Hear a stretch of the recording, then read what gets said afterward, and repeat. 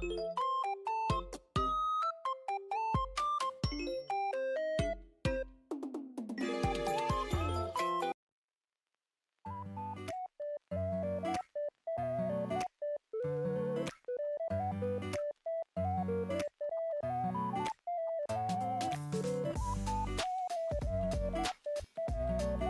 んで最初の BGM が二重になっちゃうんだろうな。ここのシーンに入ってないのにおかしいな。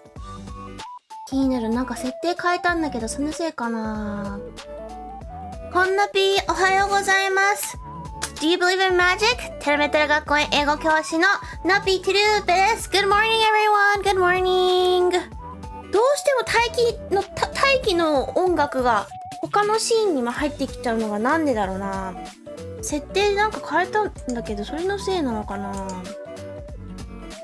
何が悪いのかがよくわからない。ああ、こういうことか。今ここ変えちゃったらやばいか。あれダメだな。やっぱ流れるな。これじゃないんだな。何なんだろう。後でやるしかないな。よし。ちょっと元に戻そう。Alright. Hello, good morning, good morning. おはようございます。Hope you're doing great today.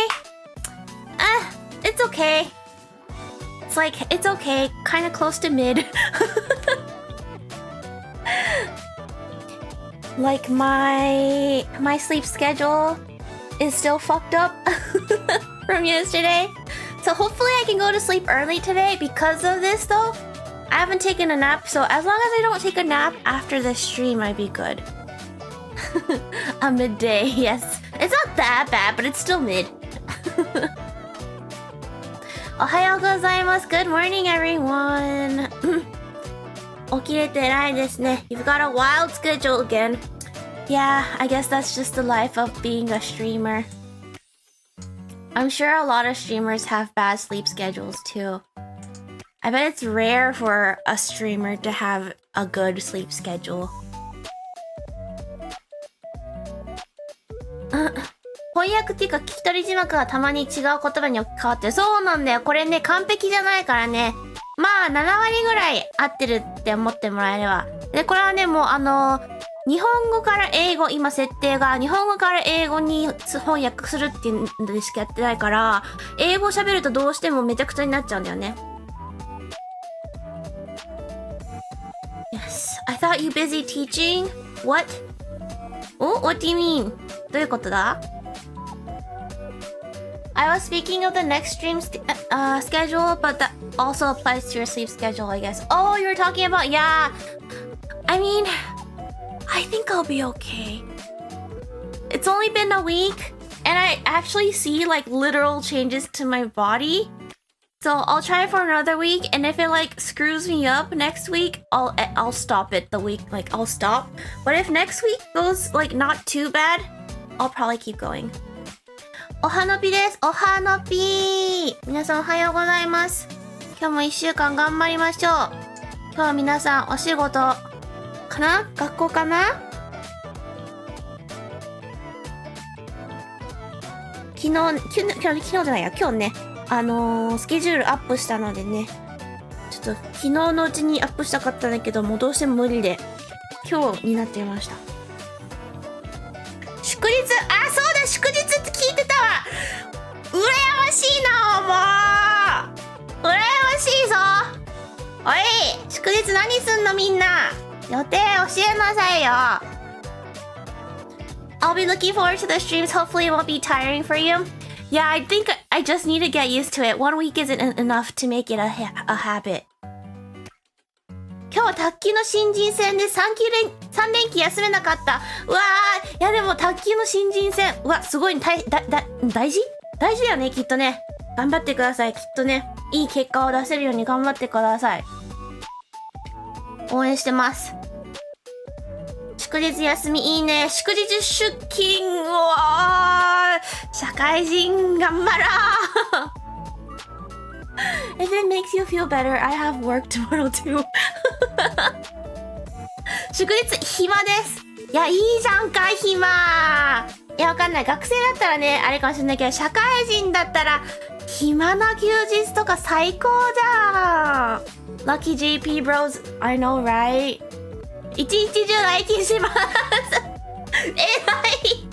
偉いけど他にももうちょっと楽しいことしたらしたらいいと思うHi Miss Nopi, I'm here. Hello. Welcome to the stream. 祝日だからといって予定なんかないですよまあね祝日てか休みにね予定入れる人はねどうなんだろう。まあいる人はいるだろうけどいない人の方が多いかもね。おはのぴーいいな。わしまだ仕事やけどお疲れ様です。お疲れすぎです。お疲れ様です。お仕事してくれてありがとうございます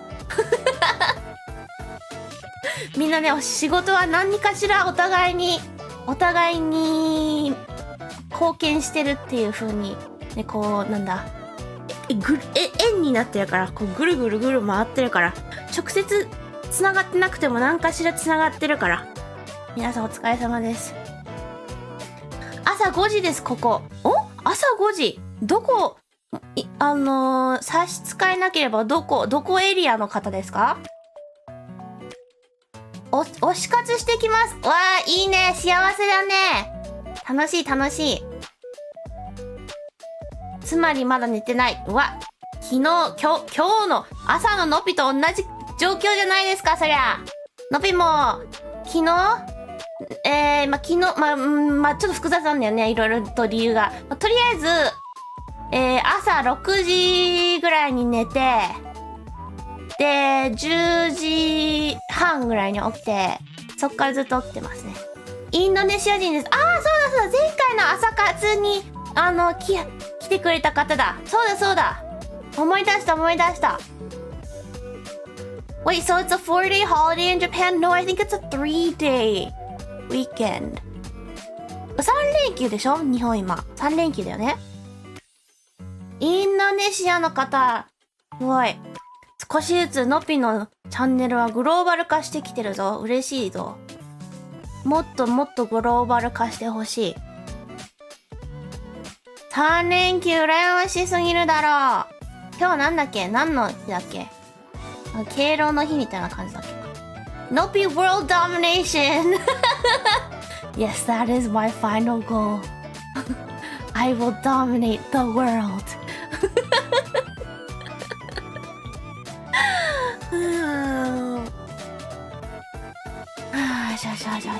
合ってます。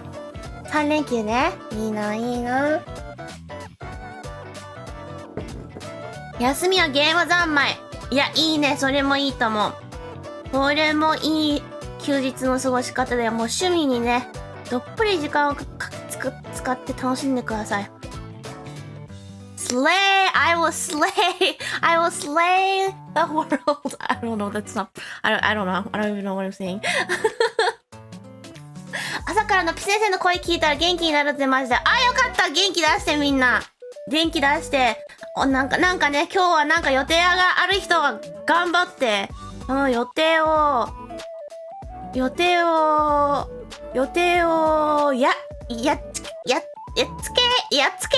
う何を言うか分かんなかったよ。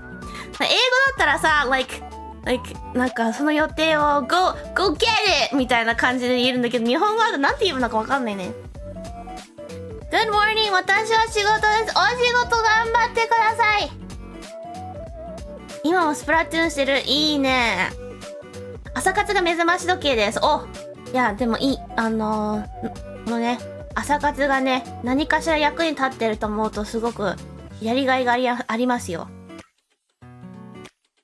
はい。のぴ先生おはようございます。おはよう。今日なぜか飛び起きました。なんでだろう。なんか悪い夢でも見た？行くぜか？やっつけようなんでもいいよ行けーって感じだ3連休なのに今週の金曜からテスト。金曜からテストとかあんの？最悪すぎる。 That's the worst。 金曜日とか一番ね、なんかもう週末だーっていう感じの気分だからさ、テストなんか出すなよね先生。テストは木曜日まででしょ。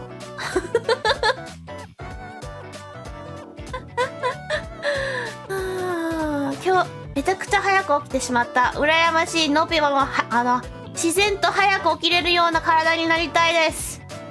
それを慣れるように頑張ってるんだけど全然慣れません。自分先生だろ。でものぴはテストを出さないもん。テスト出すような先生じゃない。テスト出さなくていいから。まあ、先生側もどうなんだろう。実際テストとか出したくないのかな。わかんないな。複雑だろうね。ならのぴ先生はそんな時に出さないですね。いやまあもちろん出さなくていいんだったら一切出さないよテスト。でも学校側からさ、のぴ先生テストしなきゃダメですよって言われたら、そしたら金曜日にはやらないな、さすがに。なんか金曜日にやれとかってね、上のね偉い人から言わない限りに金曜日にやらないだろう。絶対先生だって金曜日はさ、もうさ土日入るモードでさ、ちょっと楽したいんじゃない？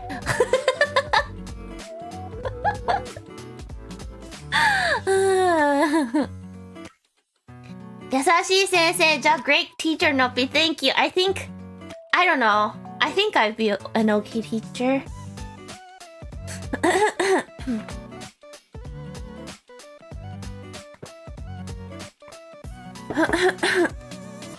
おはようございます。推し活から夜行バスで帰ってきたところです。お家着いたら起きれるまで寝ます。わ、お疲れ様です。すごい。推し活のために遠くまで行ったのかな。楽しかったかな。 I hope you had a good time. ちょっとお水がちょっと早くなくなりそうだな今日。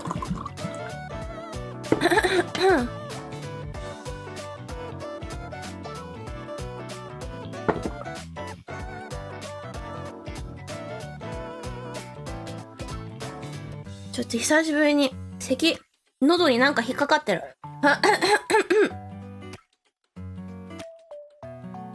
どのテストも木金月火なんです。うちの学校ほぼ毎日じゃん。なんで水曜日だけないの？その水曜日金曜日にできなかったん？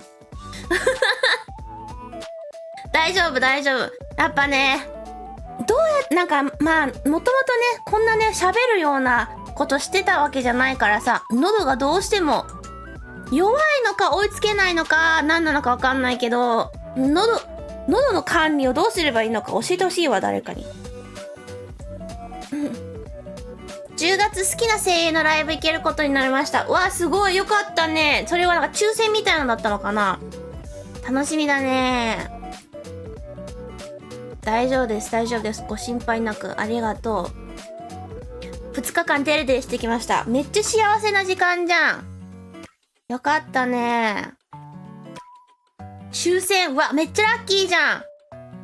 それはもういっぱい準備しないとね。10月のイベントには。しかも特別席。最高じゃん。もう寝れないんじゃない？ワクワクしちゃって。なんかさ、遠足みたいな。休み欲しい？わかる。のっぴものっぴもなんか普通に作業に追いつけるために休み欲しい。あれなんか変だなと思ったら、あ、そういうことか。のっぴの体があれの下だからなんか変に見えるのか。そういうことね。ちょっと移動しよう。どうしてもアホ毛だけなんか後ろに行くなと思ったらそういうことな。なるほどな。でこれをここにやればいいや。よし。いやもう作業が終わらねえ。終わらなすぎる。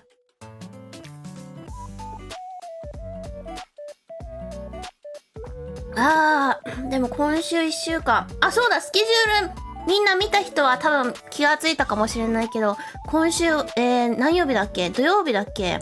にもちちゃんとの初対マンコラボします。デビュー2ヶ月目になってやっともちちゃんとコラボする。いやー、どんな感じになるかね、楽しみや。Looking forward to it, thank you. なのでね、もちちゃんとのね、コンビ名募集してます。まだね、全然思いつかない。なんか、これだみたいなのがね、なかなか思いつかなくてね。あ、雑談 or some game? I think it's a game. I think you would call it a game. ゲームだと思う。ゲームって呼べると思う、あれは。いやいや。この前母と大好きな K-POP グループのライブを見に東京ドーム行きました。おー！東京ドームなんか憧れるね、東京ドーム行ってみたい。なんかやっぱテレビによく出てるし、日本の。あとはなんか、まあ、日本の、なんだっけ。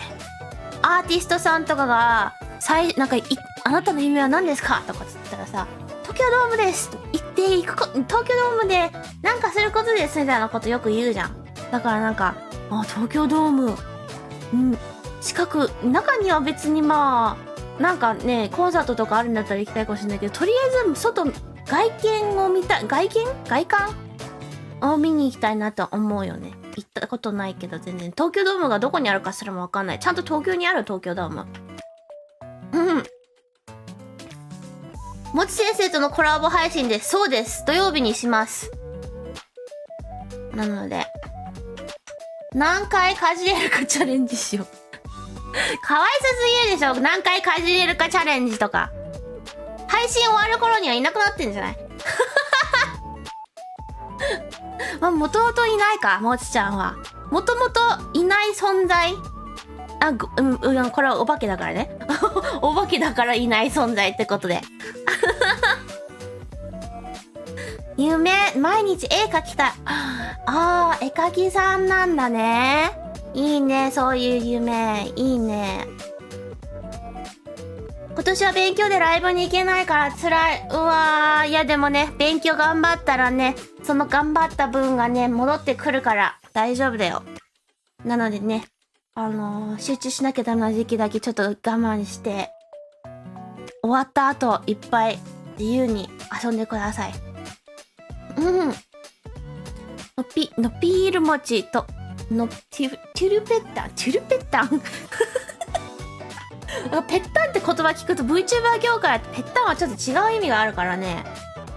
そっちを考えちゃうわ。後で書いちゃうね、のぴ先生。嬉しい。いやーもうね、ファーとはね、いくらでもいただいても嬉しいですよ。前にも言ったと思うけどね、いただいてるやつは全部ね、スプレッドシートにね、リンク、バーってさ、なんならリストして、そこで、保存っていう形をしてますね。はい。コンビ名はね、ツイッターのリプの方とか、後で配信のコメント欄にでも書いてもらっても全然大丈夫です。ちょっとね、ここの配信中のね、コメント欄に書かれても流れちゃうからちょっと忘れちゃうので、ぜひぜひ、ちょっとちゃんと残るところに書いてくれると嬉しいです。おはようございます。おはようございます。絵が下手すぎてファーっと描けない。全然、ファーっと描けなくても全然大丈夫だよ。それ以外でもね、なんか、配信の感想だったり、なんか、今日こうやってね、配信に来てくれたり、アーカイブ見てくれたり、そういうことしてくれるだけでも全然嬉しいので、大丈夫です。のびもね、絵描けないから大丈夫。時間あれば最近ずっと仕事で、うわー、お疲れ様。わかるよ。大変だよね。はい。そうですね。後で、そこの見やすいところに書いてくれた方がね、後から、どれにしようかなーってね、じっくり考えられるので。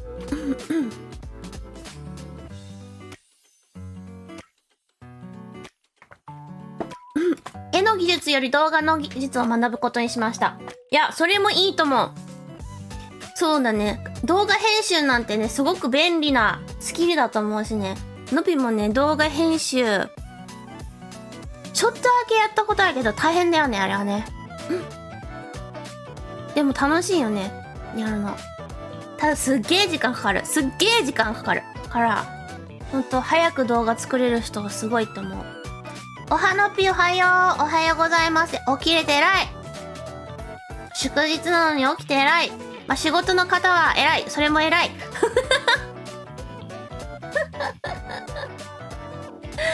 おはのぴおはのぴ。おはのぴ。ラグビーのおかげで早起きできました。おかげで先生の配信来れました。早起きは3問の得。本当だよ。その早起きは3問の得の3問の得を得られるためにのびも早起き頑張ってます、今。ラグビーのおかげってどういうことだろう。なんかラグビーやってるのかな。朝とかに練習があるからかな。いやー、スポーツね。スポーツ。今、みんなもう9月半ばだよ。早すぎん？ちょっと今日のサムネ秋っぽくしたんですが、お気づきになった方います？ちょっと秋っぽい感じにしたんですが。日本はどう？もう、ちょっと涼しくなってきた？それともまだ全然暑い？みんなのところはどうですか？暑いですか？それとももうだいぶ涼しいですか？ワールドカップ。なるほど、ワールドカップなんだね。ごめん、ちょっとのっぴそういうね、スポーツ系全然わかんないんだ。全然暑いです。あら。全然暑いんですね。ムシムシしてます。あれ暑い。あれまだ全然暑いんだ。なんだ、ちょっと涼しくなってきたのかなと思ってた。なんだ。のぴ先生は格好が秋っぽい。格好秋っぽいかな？そうかな？秋っぽいとあんまり思ったことなかったな。色は確かにちょっとクリスマスカラーだけどさ。色はクリスマス服の色の感じはクリスマスカラーで、のぴのイメージカラーは秋っぽいよね。It's always hot in Japan. Yeah, it seems like it's still very hot. マカヤですね。ここ数日なんかちょっと涼しいです。なんでかわかんないけど。もしかしたら全然、マカヤね、天気がね、不安定だからね、全然ね、上がったり下がったりするから、もしかして来週。いや、でも来週ちょっと涼しいな。このまま、今年は夏は短いってことか？それとも単にのっぴが外出てないから短く感じただけかとか。いやでも短かった気がするな。暑いと部屋の中めっちゃ暑くなるからもう冷房入れてんのがもう毎日みたいな。でもそんな毎日じゃなかったよね今回。この後また暑くなり始めたらちょっと怒るけど。いいなぁ。いいでしょ。配信楽しむために、お札フラペチーノ？何お札フラペチーノって？さつまいもってことかな？こっちまだエアコンつけてます。マジか。I'm going outside a lot, touching some grass. I think we all should touch grass. さつまいも、なるほどね。なるほどね。はいはい。スタバにフラペチーノ、今お芋のフラペチーノが、そっか。そうだよね。日本のスターバックスってさ、日本のスターバックスだけじゃなくて、日本のご飯のお店とかってさ、いっぱい、てか日本自体が期間限定のもの作るの好きだからさ、いろんなのあるよね。ほんとそれ楽しくていいよね。羨ましいわ。で、全然さ、魔界がさ、本社のチェーン店でも日本はいっぱいそうにやってんじゃん。なんで魔界が本場なのに、こっちではやらないんだよって毎回思う。まあでもね、仕事じゃないわ。お偉いさんのね、なんか大人の関係できっとね、なんか一応なんか同じ会社でも国が違うと別カテゴリー、別枠もう日本語がわかんないです。な感じですかね。そう、のっぴ魔界に住んでるんですよ。今も魔界から配信してますよ。魔界でも期間限定はね、たんまーにある。ほんと、1年に1回2回あるかないかぐらい。でもそれもさ、本当に大手のところしかやんない。なんかマクドナルドとか、あとはどこだろう。まあ、スタバもたまにあるし、でも、最後にあったいつだろうってぐらいちょっとあんまり覚えてないし、たまーにゃ。なんか例えば、マックの期間限定とか、あと今やってるのが、マックフルーリーアイスのやつが、ピーナッツバターマックフルーリーが今期間で限定でやってるな。その前はね、いちごショートケーキマックフルーリーがやってた。まあだからマックぐらいしかちょっとわかんない。他のお店もやってたりしてても、全然話題にもならないし、最後にスタバのね、一番話題になったスタバのやつは、ユニコーンフラペチーノ。ユニコーンフラペチーノ？それ以降なんかあったのかはちょっとわかんないけど、そんなのがあったりした。みんなピーナッツバター好き？ピーナッツバター好き？日本でもピーナッツバターって簡単に買える？好き？あ、本当に？あれ前配信で言ったことあったっけ？魔界だとピーナッツバターをさ、セロリとか生の人参とか、あと生のリンゴ、まあ、リンゴは基本生で食べるか。リンゴにつけたりして食べるって言ったことあったっけ？買える？本当に？ Is it good? Never tried it. So, apples and peanut butter is really good. Everything else I've never tried. Cause first I hate raw celery. のっぴは生のセロリ嫌いだからやったことないし、人参とピーナッツバターはやりたいとあんま思ったことないからやったことない。でもリンゴとピーナッツバターは美味しい。あ、言ってたか。美味しいよ。リンゴの皮食べれない人とか、ピーナッツバターつけると食べやすくなるよ。皮にはね、栄養いっぱい入ってるからさ、リンゴ食べるんだったら皮好きで食べた方がいいじゃん。あと皮剥くのめんどくさいじゃん。皮剥かなくていいってなるとめっちゃ楽だよ。You make me wanna try it? You should! It's pretty easy to try it, right? It's not like you have to cook anything, and if you end up not liking the combination, you can just eat them separately. だから、ピーナッツバターつけるの全然いけると思う。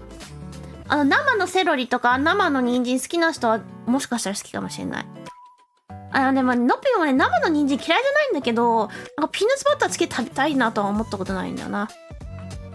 やっぱ生の人参はランチでしょ。ランチドレッシング。リンゴを丸かじり派です。すご。でもさ、リンゴ丸かじりにするとさ、手ベッタベタになるじゃん。リンゴの汁で。だからやっぱ切った方がいいなって思う。おはようございます。おはようございます。Mayo? No, ranch. Oh, does Indonesia not have ranch dressing? Is ranch dressing only a US thing? Let me see. Ranch dressing. What's in ranch? ランチのね、ドレッシングに入ってるのって、Okay, so it's made with バターミルク、塩ガーリック、玉ねぎ、マスタード、ハーブとスパイス。で、あとはマヨネーズとかが一緒に混ざってるらしいです。なるほど。でも多分、魔界のなんかドレッシングで有名なの多分ランチとかに有名かもしれない。We don't really have it here either, or maybe it's under another name. Oh, really? Maybe it's not a thing in other countries, and maybe it's an American only thing. But it is from an American company, so... Oh, it's from Alaska? What the heck? Alaska? アラスカの会社なのかな? Ranch dressing on other countries. Let's see. So ranch dressing is often eaten in United States, Canada, Australia, United Kingdom, Mexico, Germany. Oh, it sounds like Germany ranch is kind of popular. And then Japan. 日本でもランチドレッシングはまあまああるって。Wait, who the fuck made this article? 嘘だよ。待って、never mind, don't trust this article. They said, Japan. Ranch dressing has made its way to Japan and has become a favorite among many. It is commonly used as dressing for salads, as a dip for fried foods, and as sauce for sushi rolls. No way. No way. Who the fuck wrote this article? 嘘です。嘘です。今の言った国全部嘘です。この記事書いた人よくわかんないので信用しないでください。嘘です。ランチドレッシングをお寿司につけるとか書いてる人は絶対こんなの嘘です。この記事全部間違ってます。絶対。ランチってシーザードレッシングちょっと違う。ランチはね、白いクリーミー系のドレッシングなの。マヨネーズがベースになってる、なんかいろんなスパイスとかが入ってる、スパイスとかハーブが入ってるドレッシングです。スシローって言ってます。言いませんね。スシロー。スシロー。スシロール。つけないよね。つけないよね。間違ってますね。この記事、もう信用できません。なんかもしさ、海外のチャンネル、海外の文化とかをシェアするチャンネルとか見るの好きな人はね、もしかしたらよく出てくるかもしれない。パッケージはなんか白いボトルに、青と緑のラベルが書いてあって、Ranch, R-A-N-C-H って書いてあるんだけど、結構ね、魔界の、なんだろう、定番ドレッシングとかって言うとね、これなんだよね。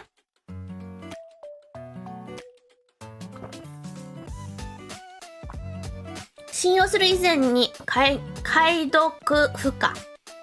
解読不可。まあ、確かに。確かにっていうか、のぴが教えてないからだけど、なんか読んでたら、あれこれ違うなと思って。さすがに寿司にドレッシングがないですよね。そうだよね。日本はもうお寿司食べるってなったら、醤油と、なんだっけ。からし違うな。タバコじゃなくて何だっけ。わさびか。わさび。醤油とわさびだけだよね。それ以外なんかつける？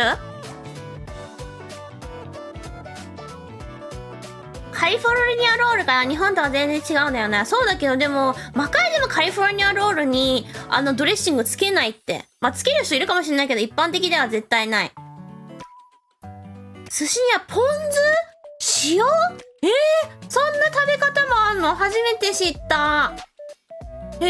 まあ、のび、お寿司食べないからな。知らないよな。サラダ巻きみたいなのマヨネーズついてる。まあでもそれは、お寿司、まあ、一般的なお寿司じゃないもんね。めんつゆ？めんつゆつけたりすんの？まあでも味があるから、美味しいだろうな、全然。ポン酢で食べるの好きです。ポン酢、お寿司を？まあでも、お醤油ポン酢ってお醤油入ってる？朝ごはん食べてきます。いってらっしゃい。ねえさ、朝活毎回絶対ご飯の話にたどり着くのなぜそんなつもりないのに絶対なるんだけど、なぜもう毎回、明日の朝活何の話しようかな。前回あんだけ食べ物の話したから、今回じゃ食べ物の話やめよっかとかと思ってたのにさ、絶対なるんだけどなぜ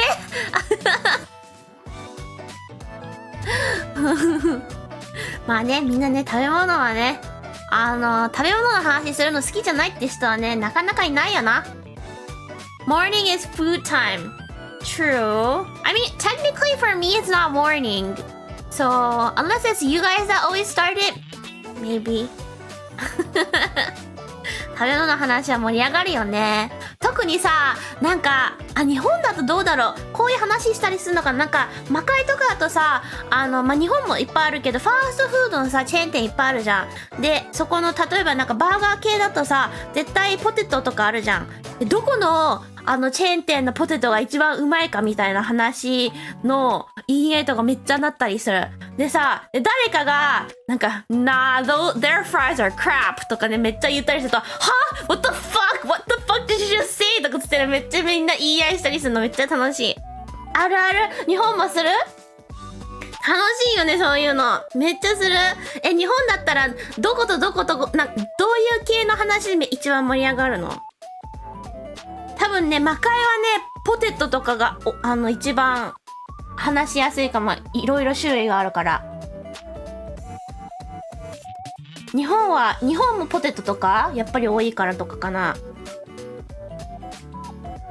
マックとモスとかでやります。でも2択しかないの？魔界だったらいっぱいあるもん。マックあるでしょ、バーガーキングあるでしょ、あとは、ちょっとリスト、いっぱいあるって。日本ももっとあるっしょ。回転寿司とか？なるほどね。待って。American、Burger Fast Food Chains。魔界だったら、McDonald's、Wendy's、Whataburger、Five Guys、Shake Shack、Smash Burger、Culver's。Culver's とか言ったことないわ。Johnny Rockets。いっぱいあるんだよ。めっちゃある。You have a favorite one? I do have a favorite one. But if I say it, I can't say it.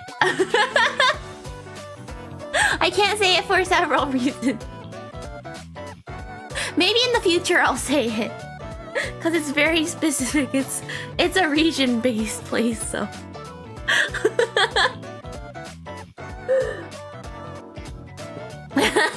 Maybe just by saying that, some people will get it.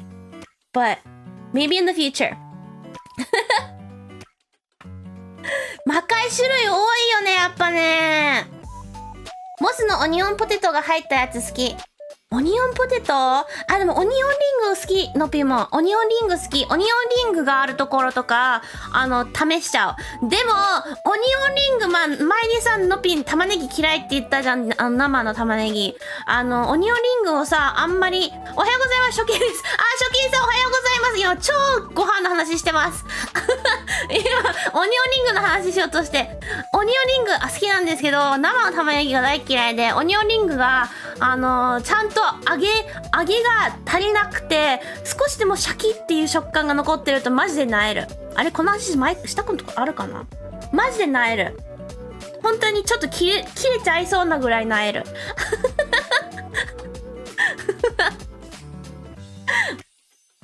で、大体1個が、もうなんか、生っぽいと全部が生なわけ。イコール全部食べれないから、うわ、最悪ってなって、食べれない。そこまで。いやもうそれぐらいだってさ、オニオンリングなんだよ。揚げてんのになんでまだちょっと生なんだよってめっちゃ思う。なんでまだちょっと生なんだよって。今来ました。お花火おはよう。いやでもね、のぴはね、本当にそれぐらいでしかなんか怒らない、基本。なんか、やっぱりね、なんか、1個ダメだったら全部ダメになっちゃうからさ、のぴ食べれなくて。生の玉ねぎ大好きだからならないな。わーい。いいなとは思わないな。ちょっとやっぱ生の玉ねぎはどうしても味も食感もちょっと苦手すぎるんだよね。いやー、ちょっとナプ先生の地雷発見。本当に、そんなにいっぱいあるわけじゃないけど。そろそろ勉強してきます。ナプ先生頑張ってください。ありがとう。勉強頑張ってね。食べ物の恨みはすごい。そうだよ。食べ物の恨みはすごいでしょ、みんな。みんなだってそうでしょ。絶対なんか、兄弟とかいる人はさ、よく定番であるさ、アニメとかさ、ドラマであるさ、なんか、私のプリン誰が食べたみたいな。あれも定番すぎるよね。でも毎回プリンとかなんだよね。プリンかケーキとか。ちなみに、ヨプ先生はポテトしなしな派ですか？カリカリ派ですか？断然カリカリ派です。断然カリカリ派です。はい。ピノとか一味大福取られたら切れる。ね。でもね、ノピはね、そういう系はそんなに怒んないかもしれない。でもね、多分ノピはそういう経験をそもそもしたことないから、なのかもしれない。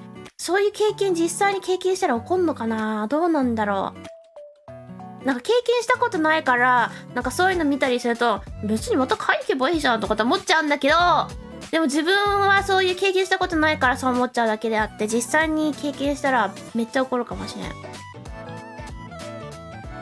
うちのね、家族は別に、まずなんか自分用にだけ買うっていうのがまずないから、買うんだったらみんな分も買う。まあ、そもそも魔界はさ、量が多かったり、なんか1パックに普通に4つついてるみたいなとかあるじゃん。なんかそれ1個だけ単体みたいな買えるのがそもそもないから、そういう問題が今までなかったかも。Good morning, good morning. カリカリ派多いね。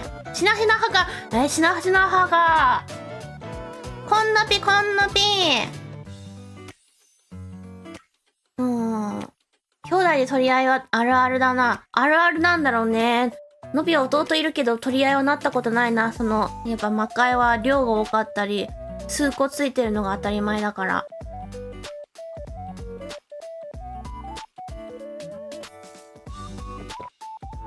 彼女にプレゼントするために取り寄せたマカロンを母に食べられたことならあります。うわー！いや、それ取り寄せたやつでしょ？で、ちょっと高いやつでしょ？うわー！それちょっとやだね。お母さんお母さん食べたくなっちゃうな。やっぱそういうのはね、ノート貼っときましょう。何々よ、触るなってね。食べられたくないものはみんなね、貼っつけときましょう。まあ、それでも食べられたら怒っていいと思うわ。それでも食べられたら怒っていいと思う。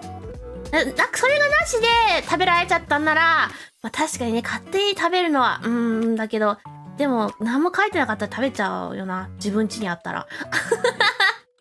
付箋、そうだ、付箋っていうのか、付箋。ポストイット、そう、ポストイット。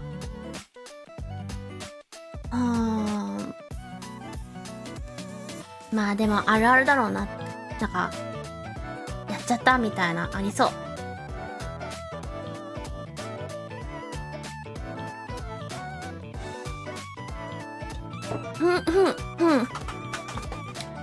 よいしょよいしょ。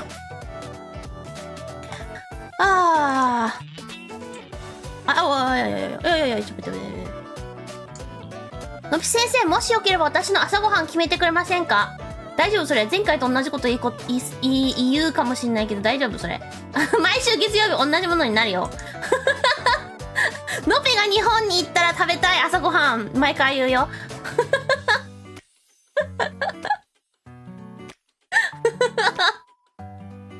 卵かけご飯ですが、毎回。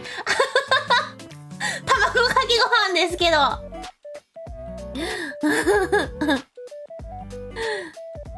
その彼女と結婚できましたが、一生ネタにします。めっちゃいい、でも。おめでとうございます。いいね。ほっこり話じゃん。もうそんな、ね、結婚できたんだったら。すごい。いいね。面白いネタができて。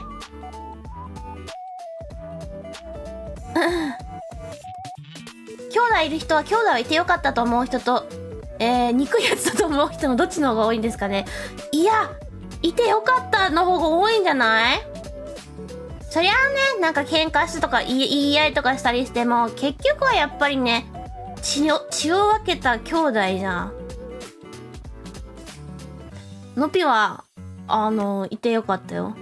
もちろんね、一回、いつ頃だったっけな、まあ、結構前だったけど、ちょっとなんか怒ってて、なんか、お前なんか、いない方が良かったとかしたら弟泣いちゃったもんな。それ泣かれた時めっちゃ罪悪感半端なかったからな。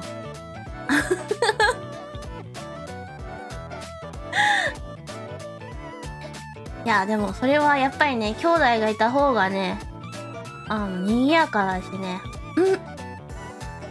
のぴは個人的に、いてよかったし、のぴなんて、ちっちゃい頃だって、兄弟が欲しくて泣きじゃくって、兄弟欲しい、兄弟欲しい、兄弟欲しいっつって、やっと兄弟ができたから、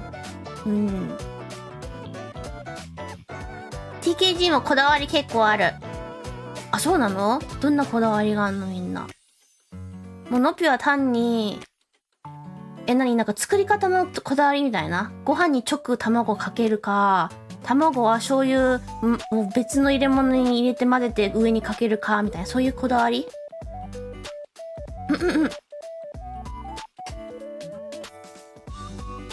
でも兄弟で比べられるとムカつく。まあね、それはしょうがないよね。それはね、それはしょうがない。卵かけご飯専用醤油とか売ってます。あれ、それはね、それは見たことある。使ったことはないけど見たことあるよ。あれは実際やっぱめっちゃ変わる？普通の醤油と。調味料とかも。醤油以外何入れんの？送りました。お花ビーズ、おはよう。わー、寝坊したーおはようメレンゲ作っちゃう？メレンゲあ、見たことあるよ。なんか白身だけをふわっふわにして、その真ん中に黄身乗せる系のやつ。それ？なんかそれ見たことあるよ。あれ卵かけご飯じゃなかった？それともあれは違う食べ物？あと白身メレンゲにする。おもちゃなの？醤油の代わりにめんつゆとかやった。めんつゆでも美味しそう。めんつゆの方がさ、いろいろ入ってるからさ、ちょっと味が変わって美味しくなりそう。それか。見たことあるよ。でもあれ美味しいの？のっぴはわかんない。メレンゲのふわふわな感じ食べたことないからわかんないけど、美味しいのかなあれ。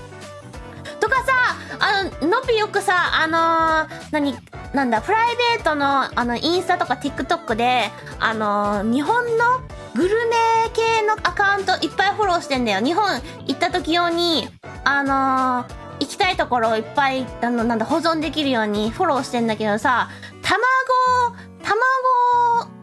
いろんな卵が食べれる卵かけご飯専門店みたいなところあるの知ってる？あれちょっと行ってみたいよね。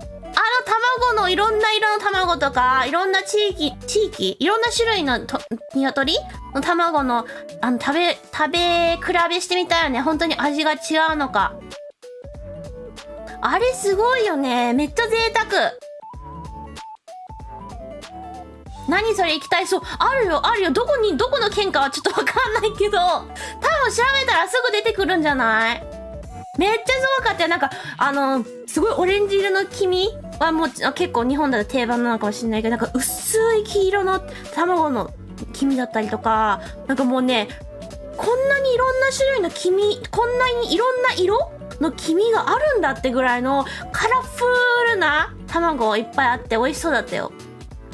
ただいま戻りました。おかえり。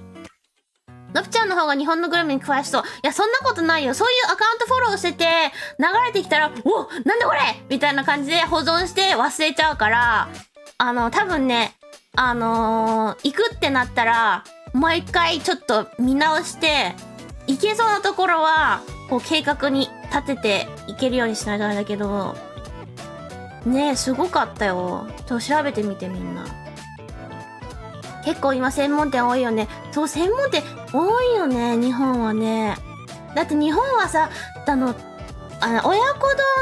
門店みたいなのもあるじゃん。最高じゃん。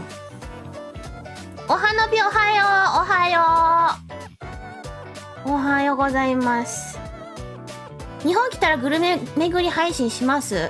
グルメ巡り配信はちょっと難しいけど、Vlog とか、どうだろう、撮影していいのかな。なんか日本の撮影の、基準ってかルールがよくわかんないからどうなんだろう。おはようございます。牛丼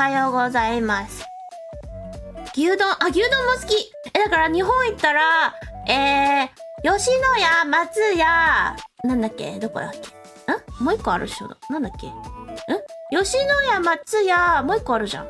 あれもう一個あるよね。何もう一個。すき家、そうだ、その3つを食べ比べしてみたいけど量多いよな、その3ついっぺんに食べたら。でも一個一個別日に食べてもなんかあんまりわかんなそうだから、全部3つ目の前に並べて食べ比べしたいっていう、なんかいろんな夢があるけど、くたくたの玉ねぎなら食べれる。食べれる。もうくったくたのになってるめっちゃ煮込んだ玉ねぎならめっちゃ好き。でも少しでもシャリっていう感覚が残ってる玉ねぎは嫌い。いっぺんはきついよね、量が多くて。やるんだったら、なんかもう一人、もう二人ぐらいか。3人で、3つ並べて、のぴはもう2口ぐらいずつでいいから、食べ比べてどれが一番好きとか、あ、こっちのはちょっと醤油が、ちょっと味が強くて、みたいな、そういう食べ比べしたい。中尾も美味しい。そう、中尾行ってみたいの。中尾って親子丼メインのところなのかなっていう解釈してるけど。でも中尾も牛丼とかそういうのもあるって聞いたことあるからね。いや、もう最高じゃん、日本。みんな本当に。羨ましいぜ。ウーバーなら一発で食べ比べできるけど。ウーバー高いでしょ絶対。ウーバー絶対高いでしょ。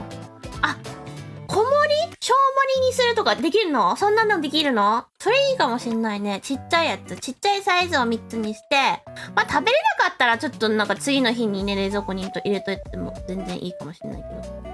できますよ。あ、そうなの？じゃあミニとかがいいかもしんないね。やるんだったら。いやー。先生一番大食い、先生で一番大食いなのって誰だろう？誰だろうね。全然わかんないよ、そんなの。だって、のっぴまだ3人と直接会ったことないしさ。3人はもうね、いろいろ、会ったことあるけど、全然のっぴはさ、わかんないから、わかんない。おらげするのと生の玉ねぎ一つ食べるのどっちがいいですか？うわ！究極の二択やん！ホラゲするのって生の玉ねぎ一つ食べるの？それをね、配信でやるってことになったらだよ。ホラゲかな。理由は、玉ねぎ食べてもみんな見れないじゃん。食べてるところ。実際に。リアクションとさ、シャリって音しか聞こえないじゃん。だからちょっとなんか、ちょっとみんなにその辛さを共有のレベルが低いからさ、そっちの方がホラゲだなでも一人でもう誰にも見られなくて一人でやるっていう分にはもしかしたら玉ねぎをでも玉ねぎ一つ分食べるのかじるんじゃなくて一つ完食しなきゃダメだったらやっぱホラゲだな。完食とかだったらホラゲだな。Is it true that Makai is actually Ohio? What? What does that mean? こんにちは、初見で初見さんいらっしゃい。寺根大学英語教師のピチュープです。魔界から配信しております。魔界は今午後の3時53分です。おはようございます、初見さん。初見さんまた来てくれた。初見さんこんにちは。もうね、朝活はね、毎回ご飯の話になっちゃうんです。ご飯じゃない話しよう、みんな。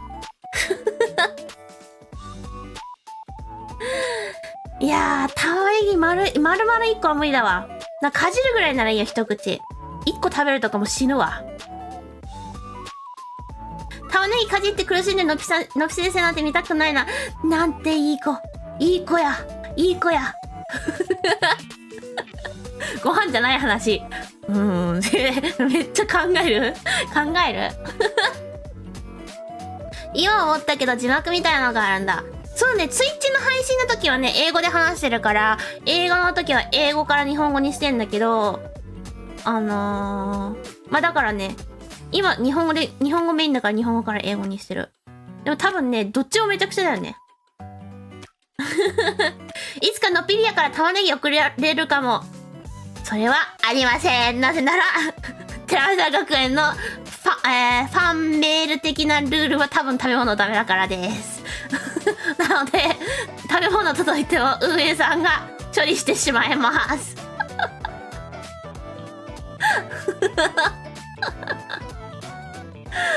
一応、ファンメールの話になったけど、なんかずっとね、送りたいなと思ってる方ね、全然いつでも送ってもいいらしいですよ。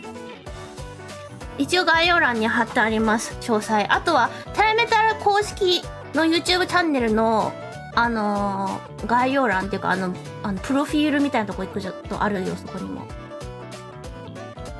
玉ねぎの押し花？玉ねぎの押し花？そんなのある？どんなんだろう、見た目。somehow we don't talk about food that much on Twitch. That's true. Twitch の方では食べ物の話ほぼしたことないな。なんか違うことの話ばっかしてるよね。さすがのピ先生素晴らしいです。わしできないもん。何が？玉ねぎ？待って、何の話だっけ？玉ねぎのお花？玉ねぎの花ってどんなの？ Onion, flower。かわいい玉ねぎのお花。紫色でかわいい。こんなの本当にこれ玉ねぎのお花？本当に？嘘だろこれ。日本語にしてみよう。玉ねぎ、花。白い、紫と白両方あるのか。かわいいね。なんか、タンポポと、アジサイのミックスみたいな感じ。かわいいね。まん丸だし。やっぱ玉ねぎだからまん丸なのかな。かわいいね、なんか。英語から日本語って難しいじゃない。わしできんよ。そういうことね。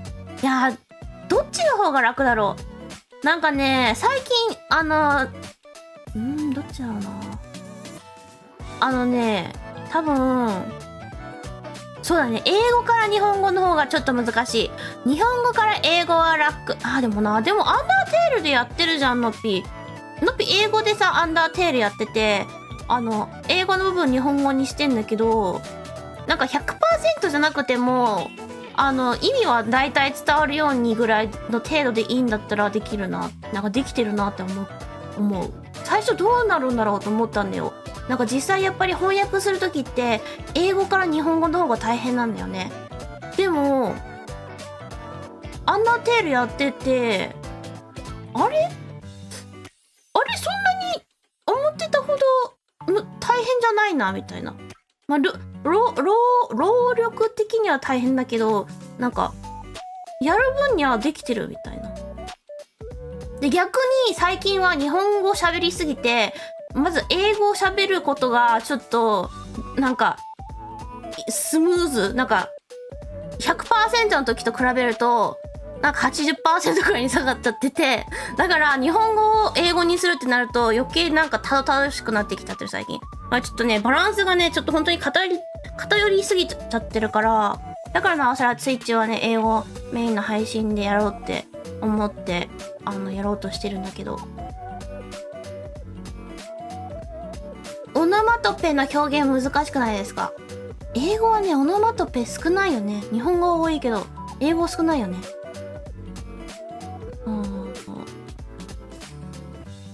バランスが難しい。そうなんだよね。バイリンガルあるあるだと思う。でもね、言語じゃなくてさ、言語だけじゃなくて、いろんな、何でもそうなんじゃない？例えば、趣味とかなんか、例えばだよ、なんか、絵を描くことと、字を、字をっていうかなんか、ストーリーを書くことが両方できる人で、なんか、やっぱどっちかだけやってたらさ、両方できて、両方こう同じぐらいできてたのに、やっぱどっちかだけ集中してるとそっちばっかりが上達して、もう片方がなんかこう下がってきちゃうみたいな。そんな感じだよね。だから、言語もそんな感じだよね。わし暇だから日本語勉強しました。暇だからってすごすぎん？すごいよ。いや、のぴは多分ね、魔界で生まれ育ってなかったらね、どうなんだろう。英語喋れてたんかな。たまに思うんだよね。もし、のぴの両親は日本出身だから、のぴがもし日本で生まれ育ってたらどんな子に育ってたんだろうみたいな。まず性格は多分、ちょっとだけ実はのぴ全然めっちゃ人見知りでシャイなんだけど、なんかもっとシャイでもっと内気な感じになってたのかなとか。で、英語できっと義務教育で勉強するじゃん。でもそこで義務教育で勉強したからといって英語に対しての興味がそんなに出なかっただろうなって思ったりとか。Good morning, I'm watching your stream, dear, from Prague. Wow, welcome to the stream. I love seeing new viewers coming in. I mostly speak in Japanese, but feel free to comment in English.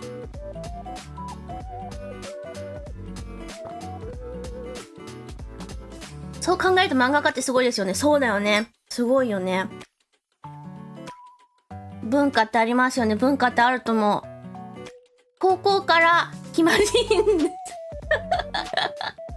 やでもその暇をねちゃんとねこうそういう言語のね勉強とかにね当ててそんな日本語がすごく上手に使えるようになったのはすごいよ。その暇をちゃんと有効に使えてる証拠ですよ。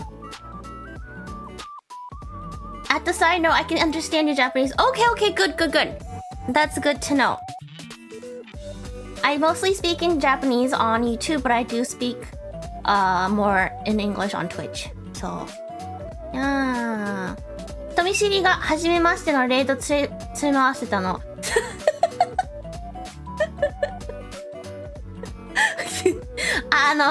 そうですね。なんか、なんだろう。別にね、この、今の、配信上での自分を作ってるわけじゃないんだよ、全然。仲良くなったら、こういう感じになるんだよ、誰とでも。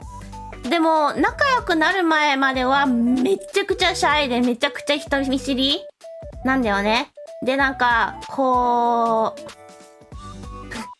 なんか、一回こういう自分を誰かの前にさらけ出せるようになっちゃうと、結構、強く無敵無敵ではないよ。もちろんね、すごいまだ全然、どうしようみたいな感じのよくあるんだけど、だいぶ無敵になって、なんか、レイドなんて、魔界とか、英語圏とかでは、本当は全然大したことないんだよ。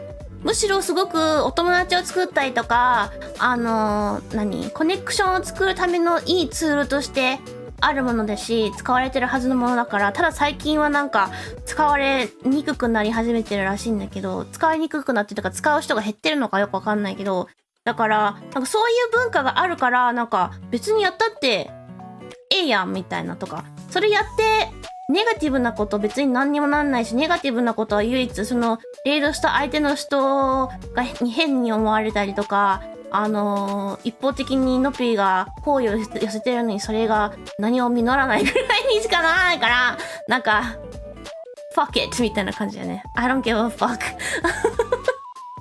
I don't give a fuck 精神ですよ。ノピ先生がいることで英語の興味が格段に上がった。これは嬉しいです。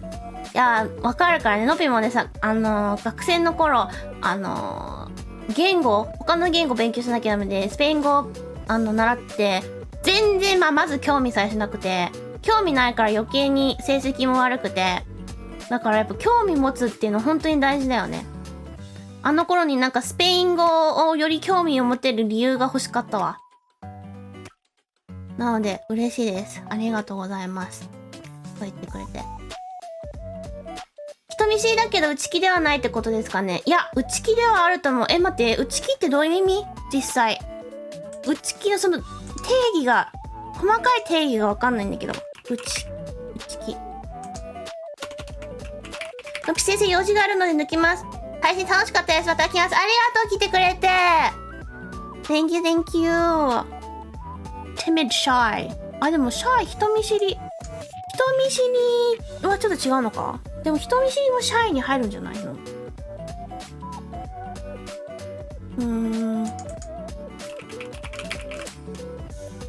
？shyness。やっぱ同じ、似てるな。似てるけどな。ネガティブ思考。ネガティブ思考も入るのか、内気は。ネガティブ思考。ちょっとだけあるかも。ネガティブっていうよりも心配性なのかもしれない、のっぴは。心配性から来るネガティブみたいな。心配どうしてもしちゃうから。ネガティブな方から始まるっていうよりも心配から来るかな。同じかな？どっちも同じなのかな？わかんないけど。おはようございます。朝活初めて来ました。おはようございます。いらっしゃい。おはようございます。えらい。早起き偉いです。なんかぼっちちゃんみたいな。ぼっちザロックでしょ？見たことないんだよね、のっぴー。ぼっちザロック。だからぼっちちゃんがどんな感じなのかわかんないんだけど、でも似た人多いんじゃない？特に VTuber さんって多い気がする。なんか VTuber やってるんだったらさ、人見知りシャイなわけないでしょみたいな。って思うかもしれないじゃん。配信でさ、こんなベラベラベラベラさ、ずっと喋ってるから。でも実際にはさ、オフの状態とかになるとめっちゃさ、めっちゃ人見知りみたいな。だから、よくいそう。Can you play guitar? I tried, but I gave up really fast. No pillow rock. いやー、ギター弾けたらかっこいいよな。アコギ弾けるようになりたいんだけど、で、一回、アコギの、教室行ったことあったんだけど、もう指が、アコギやると指がさ、めっちゃ痛いじゃん。もう指がもう追いつかなくてやばかったからね。でもそのクラスもなんか夏限定だったから、夏終わったらそのまま終わっちゃったわ。こんなピーマ来ました。こんなピー。指やばいですよね。やばいよね。そう。わかんない。みんなそもそも指の腹って言うんだっけ？指の腹ってみんな、どう？柔らかい？それともちょっと、もともと皮膚が硬かったりする？おはようございます。おはよう。I do wanna learn 三味線though。三味線いいね。かっこいい。のびも三味線やってみたいな。でもさ、三味線の教室とかめっちゃ見つけるの大変そう。日本ならわりかし見つけられるかもしれないけど、日本じゃない国で三味線やるってなるとすごい大変そう。柔らかいでしょ？でさ、あれ弦を抑えるためにさ、やっぱりこう多分皮膚が強くなっていくといいんだろうけど、それまでに行く過程がさ、絶対のび血が出るほどとかにはなんなかったけど、ちょっとだけ指のその時やってた時はちょっとだけ硬くなり始めてたのかなみたいなあったんだけど、いやー、まあ夏休みの間にやって、夏休み終わったらちょっともうやんなくなっちゃって、それで終わっちゃったな。プニプニだよね、みんなね。プニプニだよね。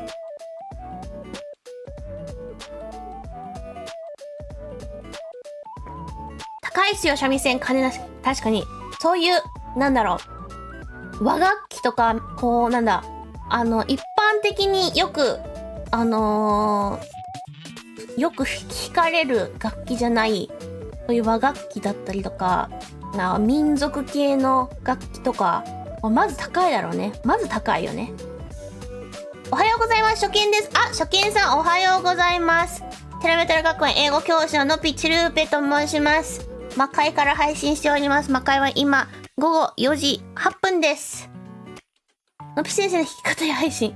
いや、まず語りができない。弾き語りの方ができねえ。やってみたいけどね。いや、まず語りはできないな。絶対アコギの方だけに集中しちゃいそう。いやー、アコギがまず買わないってだよ、みんな。あるんだけどさ、弦がさ、錆びちゃってるんだ。でも弦張り替え方知らないからさ、お店に行ってやってもらわないと。弾けませんよ。弾けはしないけど、弾こうとしたら、どっちか片方しかできない。魔界の楽器作ろう。なんだそれ。魔界の楽器何がいいかね。やばそう。いやー、のぴはでもね、学生の頃フルート吹いてたよ。でもね、そういう口でなんかする系の楽器はなんか配信向けじゃない気がしちゃうんだよね、個人的には。だって喋れなくなっちゃうじゃん。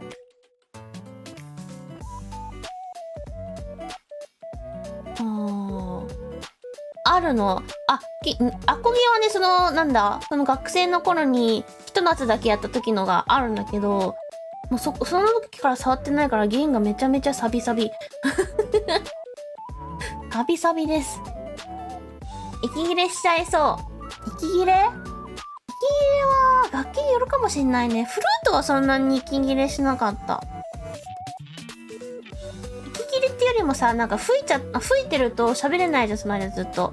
でもなんか例えばアコギとかだったらさ、喋りながらさ、なんかああだこうだ言えるけど、吹くやつはさ、どうしても口が塞がれちゃうから。歌わないならフルートでも良いのでは。まあ、でも全然、披露できるレベルのフルートじゃないからね。ちょっと。ちょっと。家にないし、フルート。家にないし。全部実家に置いてある。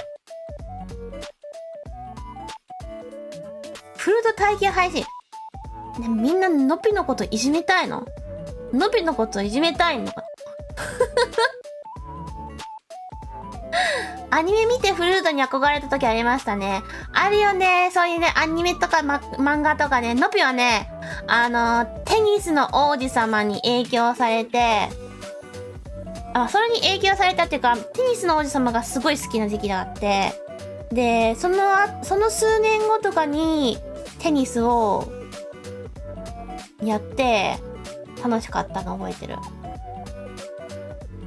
でね、頭の中でね、サーブするときにさ、なんだっけ、ツイストサーブ、頭の中で、ツイストサーブみたいなね、頭の中で言いながらさ、やってんだけど、テニス下手くそだったからさ、全然サーブがさ、まず、テニスやったことある人わかんないかもしれないけど、テニスのボールをまずまっすぐ投げることからが難しいんだよ。打つところじゃなくて、投げるところからが難しいの。まっすぐ打ちやすいところに投げるのが超むずいの。だから、まずそこからじゃん。だから、投げるだけの練習するわけ、ずっと。でも、もうそれがなかなか上手にならなくて、なかなか全然できなくて、で、やっと打てたと思っても、なんか、ネット越えなかったり、ちゃんとサーブしなきゃダメな箱に入んなかったり、アウトになってたりとかね。もう、全然テニプリなんだったのってぐらい、テニスができなかったわ。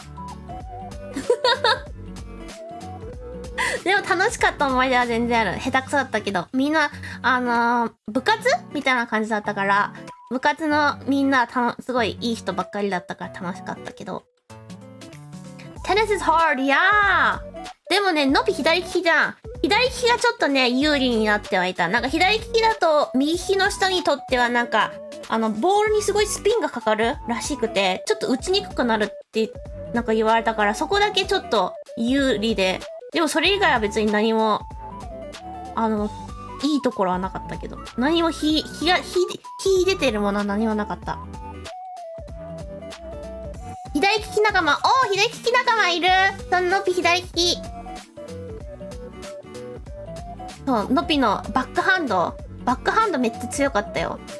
のぴのコーチのね、太ももに、ボールが、バックハンドでやった時のボールが、ダーンって、バカーンって太ももにぶつかって、次の日、綺麗なテニスボールの大きさと形のあざができてた。もうね、綺麗すぎてびっくりしたわ。スタンプしたんみたいな。紫色のできれいボールの形のスタンプしたんってぐらいの、でっかいあざができてて、痛そうってめっちゃ思った。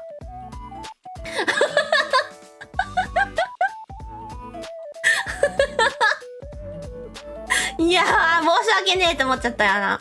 でもね、ちょっとね、綺麗すぎてね、自分で、すごーって思った。テニスラケットは左利き用あるんですか？いや、左利き用とかないと思うよ。ラケットは。別に。おはようございます。おはよう。No, I think that was my peak of my tennis career. Hitting my coach's thigh and giving her a big old bruise. That was my peak. That was the peak of my tennis career.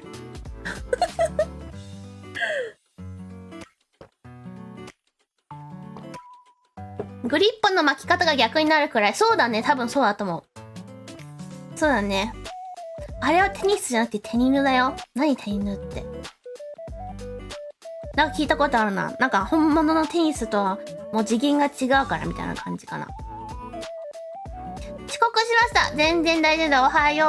おはようございます。おはよう、おはよう。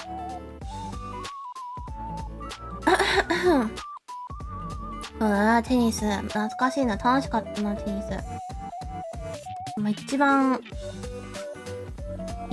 下手と言ってもいいぐらい下手だったな。My lowest in my tennis career was when I got headshot by a ball and had to sit down for a while. Oh shit! I hate when that happens. I feel I've had that happen in PE class. I think it was like a soccer ball or something. I've had a ball hit my head or face. Or not my face, I think it was just my head or something. I remember. It hurt. スポーツは楽しければ勝ち。そう、楽しければ勝ちだね。今来ました。おはようピ、おはよう、おはよう。そうね、なんか、楽しかったなぁ。2年 ?3 年やったっけ？のぴ先生の最近見たアニメは何ですか？最近見たアニメ？最近アニメ見てないな。何見たかな最近。多分前回話したアニメから何もアップデートされてないな。アニメほんと見ないんだよね。最後に見たアニメ、ネットフリ見ないとわかんないな。なんだっけな。ネットフリ開いてみようか。多分前回言ったやつだなぁ。My Netflix。あ、でも最近ネットフリでさ、ネットフリ限定の映画橋本環奈さんが主役の、赤ずきんみたいな映画見たよ。でもアニメはね、ワンピース実写版、その前は、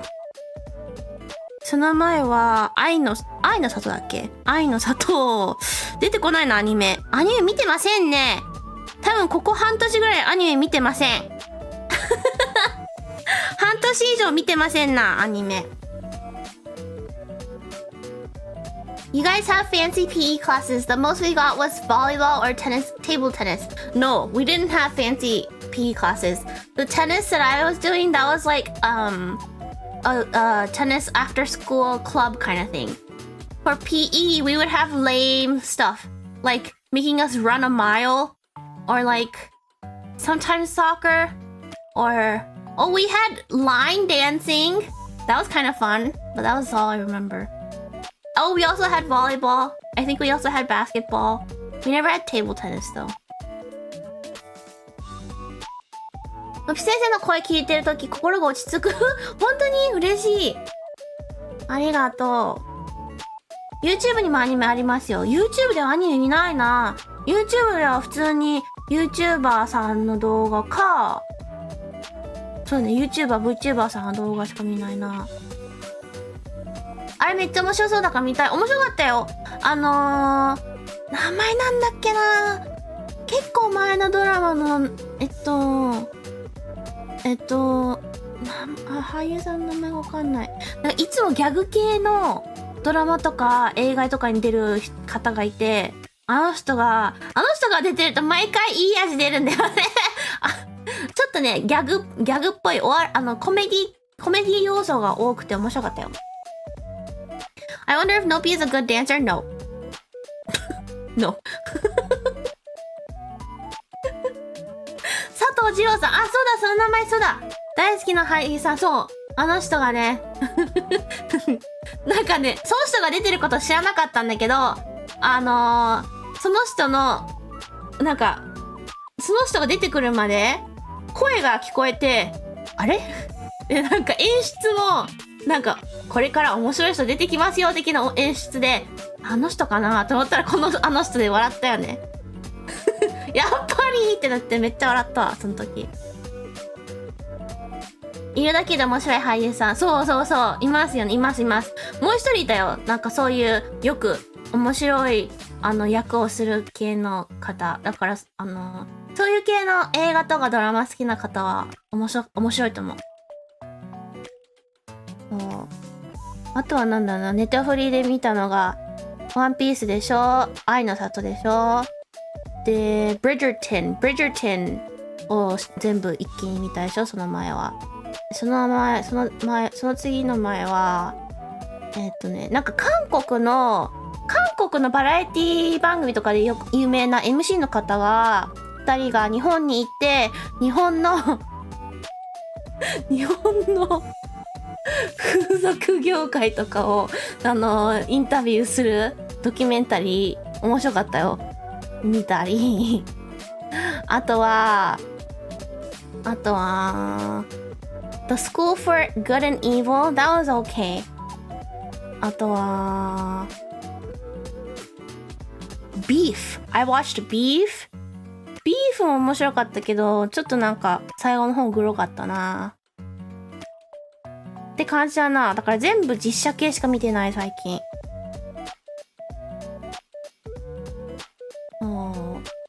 実写銀玉、実写銀玉見たことあるよ。実写の銀玉は確かね、飛行機で見たことあるかもしんない。飛行機で見た。面白かった。面白かったの覚えてるよ。いや、俳優さんがもうイケメン揃いですごいって思った。人気のイケメン俳優さん揃いじゃんって。勇者ヨシヒコ。それに出てた人たちが、その、橋本環奈さんの最近見た映画に出てたんだ。そうだ。その佐藤さんと、もう一人の方、もう一人面白い枠の人いるじゃん。あの人とか。ヨシヒコもめっちゃ笑う。そうだね、結構前に見たけど、面白かったの覚えてる。見たことあるよ、勇者ヨシヒコは。結構前に見たことある。意外といろいろちょくちょく見てるんだよね。多分それ見たのはね、本当に日本のドラマとかバラエティにめちゃくちゃハマってた時期だな。かぐや様にも出てます。かぐや様、かぐや様見たことないんだよね。見たことあるかな？途中まで見たかもしんないな。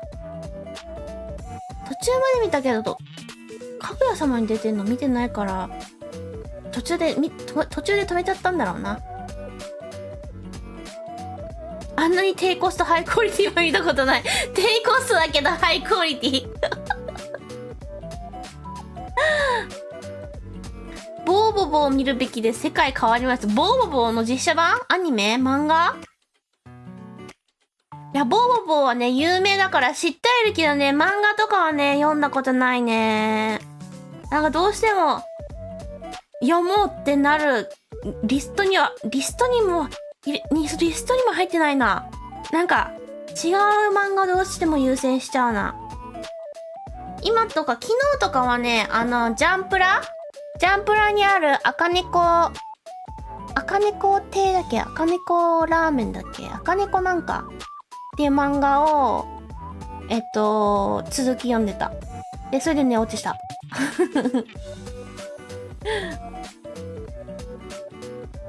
あとは推しの子とか読んでたりとか。ラーメン赤猫。それ。あれ可愛いよね。ラーメン赤猫。あれ好き。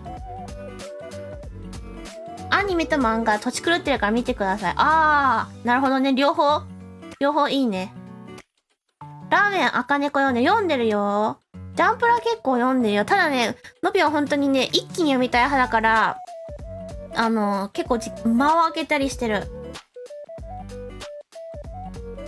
ほっこりする漫画、本当にほっこりする。でもね、今ね、のびが一番好きなジャンプラの漫画は、幼稚園ウォーズ。前にも言ったかもしれない配信で。でもね、幼稚園ウォーズいいですよ、皆さん。めっちゃ好き。絶対アニメ化されるでしょ。アニメ化されたらあれ絶対見たい、アニメ。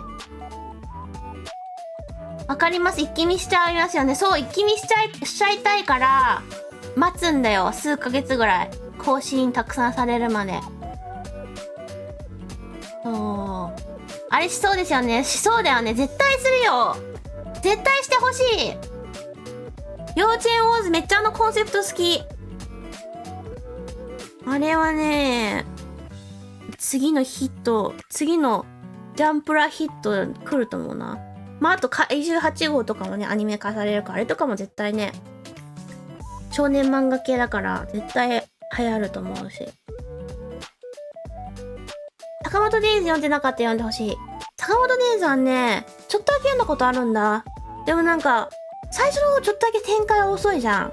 そこで引っかかっちゃってね、ストップしちゃったんだよね。おい、hello! welcome. ジャンプとか貯めて一気に読んでみたいけど我慢できない。わかる。てか、のび日本行ったらさ、漫画喫茶とか行って、普通になんか1週間ぐらいこもって、1週間ぐらいこもって漫画読みたいわ。でも絶対日本行ったら、そんなね、1週間ぐらい漫画読むためにこもってらんないからできないけど、いつかやってみたい。初見さん、初見さんどうも、おはようございます、おはようございます。俺は V の配信巡回者のジャックよろしく。こんにちは、いらっしゃい。テラタ学園英語教師のピチループです。英語じゃないわ。魔界から配信しております。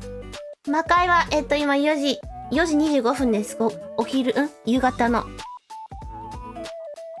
わかります。ただ体が痛くなりそうですね。そうだね。ずっとね、同じ姿勢とかにいたら。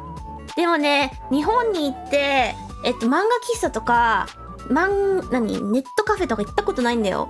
それ、普通に行ってみたいし、行ってもう漫画を読みまくりたい。日本来てまでこもらんでもらって本当だよね。いやでもね、いつかしてみたいよね。満喫1週間はやばいの。じゃあまあ、2日とか、1日2日とかでもいいんだけど、とりあえず、漫画めっちゃ読みたい。だって漫画読み放題なんでしょ？最高じゃん！漫画好きにはもう天国だよ。おはまぴです。おはよう。気持ちはわかるでしょ？ただいまおかえり。シートがちょい硬めなのでなかなか痛くなります。そうなんだね。シートがちょっと硬いんだね。満喫俺も一回行ってみたいな。行ったことないの？いや、漫画好きには絶対楽しいでしょう。漫画読みまくりたい。ね、読みまくりたいよ。漫画をね、めちゃくちゃ読む人にとってはそういう場所めっちゃ最高じゃない？ドリンクも無料だったりします。いいね。漫画よりアニメ派です。いや、全然いいと思うよ。のぴはね、アニメよりも漫画派なんだよね。一度だけ行ったことある、楽しかった？いいな。フードとか豊富ですもんね。ああいうとこのさ、フードってぶっちゃけ美味しいの？全然行ったことないからさ、もう日本のドラマとか、バラエティとかで出てくるイメージしかないから、なんかフードありますよって書いてあるけど、美味しいのかなってめっちゃ思っちゃうんだよね。自分でクッションとかブランケット持ってた方がいい。なるほどね。もう完全に準備万端で行くじゃん。結構狭い。まあ、そんなに広いイメージはない。なんか本当に一人用で、一人でこう横になれるぐらいみたいな。まあ横になれないところもあるかもしれないよね。快活クラブのポテトが美味しい。快活クラブっていう名前のチェーンかな。いやーだからね、ほんとね、基本日本行くと長くて3週間ぐらいしか行けないんだけど、3週間あっという間に終わっちゃうからね。3週間の間にさ、1日2日漫画喫茶に行くってだけでもさ、ちょっと時間の使い方、ちょっと無駄じゃねって思っちゃうんだよね、どうしても。他のことに時間を使っちゃうよね。だから、行きたいところもやりたいこともいっぱいあるし、基本、前までは1年に1回のペースぐらいで行けてたけど、1年に1回行ったとしてもやっぱり毎年行きたいこととかやりたいこと増えちゃうから、またやりたいこととかいっぱいあるから、めっちゃ贅沢な使い方だよね。で、贅沢すぎるよ、漫画を読むために一日こもるって。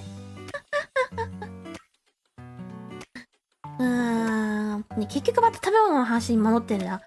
漫画喫茶とかの食べ物の話に戻ってる。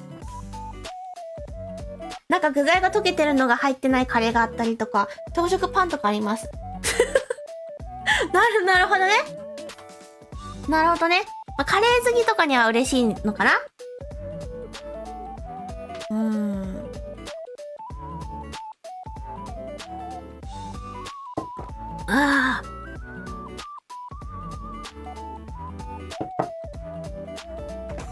あーいや。のぴ先生とホラー映画を同時視聴してみたい。ホラー映画ねえ、やだよ。一人で見れない。同時視聴って分かってても、部屋に誰か一緒にいてくれないとやだ。怖いよ。怖すぎるって。怖いよ、それは。今、満喫から見てる人もいそう。そっか、満喫でパソコンも使えるんだもんね。用事行ってきます。いってらっしゃい。送りました。お花ビース。おはよう、おはよう。俺らがいるでねえか。そうだけどさ、やっぱりさ、怖いよ。配信終わった後誰もいないんだもん。配信終わった後誰もいない。猫ちゃん呼びたい。自分よりビビってる人がさ、やっぱりいるとさ、怖くなくなるんだよね。に先生がコナン同時視聴してたみたい。あれな感じ。そうだね。でもあれやる場合はさ、みんなも見れるやつじゃないとダメなんだよね。だからネットフリない人とかはさ、あれだし、どうやって見ればいいんだろうね。みんなが見れる。まあそれはもうしょうがないのかな。ネットフリない方はもうちょっとそれはしょうがないみたいな感じなのかな。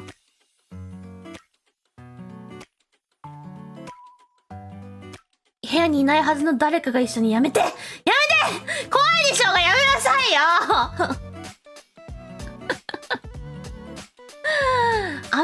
アマプラの方が日本は人気なの？日本来た時に先生みんなで、いや、それはね、全然あり。それはありだよね。バイトなので抜けます。バイト行ってらっしゃい。頑張ってね。来てくれてありがとう。そうなったらレンタルとか。そっか、レンタルね。今時でもレンタルあんまないよね。あれ、なんか今男の人の声が聞こえたような。やめろやめろ怖すぎるだろいねえよいや、もう怖いって。ジブリの映画同時視聴とかいいね。いや、ジブリはね、好きだからいいね。メンシップとかできたらね、そういうのをね、やりたいよね。やりたい。猫先生とのぴ先生の悲鳴で出張りです。壊れそう。いや、でも前回のさ、猫ちゃんとのコラボで、みんなの、スマホとか壊れなかったってことは大丈夫だよ。あれ結構叫んでたぞ、お互い。叫んでたっていうか、笑い叫んでた。いやー、あれは楽しかったわ。鼓膜壊れる。ほんとだよ。あれ楽しかったけどね。あの後本当に喉が潰れるかと思ったわ。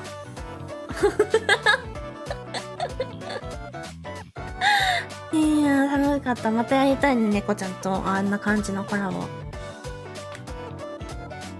お化け怖くて使い魔を、使い魔を、まらせる魔女で、誰か書いてください。まらせるって何？バツじゃないの漢字。間違った。はべらせるか。はべらせる。なるほど。エネルーペはなんとかデバイスデバイスが耐えてくれた？なんとか、じゃあ次回は本当に壊れる？次回ホラゲやったら壊れるガチで。おはようございます。おはようございます。似てるね、漢字。めっちゃ似てる。なんか微妙に違うよね。微妙に。なんか線がさ、ちょっと間が空いてるかぐらいだよね。なんかすっげー似てるくない？超似てるじゃん。回数重ねると壊れていく。いやー。いやでも全然猫ちゃんと普通にね、まったりしたね、配信コラボでもいいよね。で、ツイッチの方とかでさ、猫ちゃんにバラロランと教えてもらう配信とかでもいいかもね。